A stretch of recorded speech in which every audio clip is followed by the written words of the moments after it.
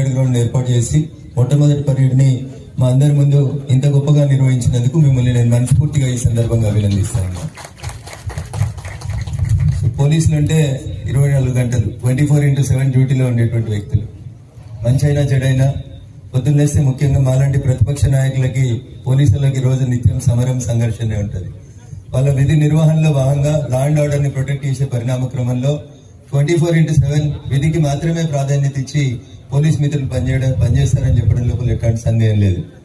DGP గారు ఈ సందర్భంగా మీ దృష్టికి 1-2 విషయాలు, అంత కష్టపడి పనిచేస్తున్నటువంటి 24/7 పనిచేస్తున్నటువంటి మా పోలీస్ కానిస్టేబుల్ పోలీస్ మిత్రులకి కొన్ని సమస్యలు ఉన్నాయి. మీకు తెలియదని కాదు డీజీపీ గారు, బట్ వింటే సమస్యను పరిష్కరిస్తారనేటువంటి ఒక ఆశ.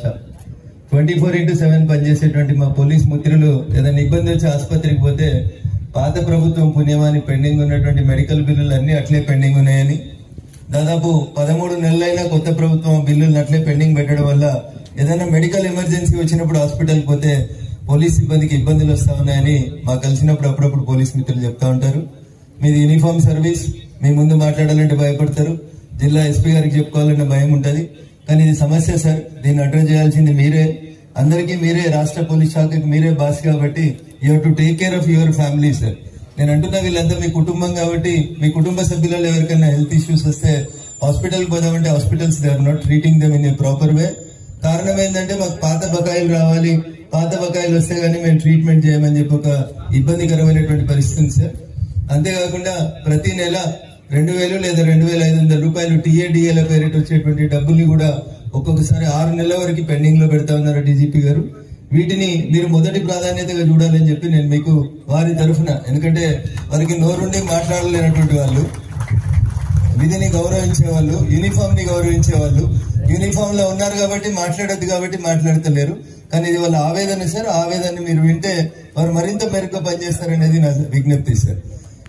మెదక్ జిల్లాకు సంబంధించి మాకు చాలా కాలం నుంచి కొన్ని పోలీస్ స్టేషన్లకి సొంత భవనాలకు సంబంధించినటువంటి అంశాలు చాలా పెండింగ్ లో ఉన్నాయి సార్. అట్లే అప్గ్రేడేషన్ ఆఫ్ పోలీస్ స్టేషన్స్ కూడా చాలా వరకు రిక్వైర్మెంట్ ఉంది. ఎట్లాగో పోలీస్ హౌసింగ్ కార్పొరేషన్ చైర్మన్ గారు కూడా ఇక్కడే ఉన్నారు కాబట్టి మొదటగా నేషనల్ హైవే తీసుకుంటే సార్, తూప్రాన్ దాటిన తర్వాత చేగుంట మధ్యలో కొత్తగా మాసాయిపేట అనే కొత్త మండల కేంద్రం అయింది సార్. మండలం అయితే పనిచేస్తుంది కానీ మండలానికి ఒక పోలీస్ స్టేషన్ రాలేదు సార్. అందుకని మాసాయిపేటకి ఒక కొత్త పోలీస్ స్టేషన్ మంజూరు చేయాల్సిందిగా నేను రాష్ట్ర డీజీపీ గారికి ఈ సందర్భంగా అప్పీల్ చేస్తా ఉన్నాను.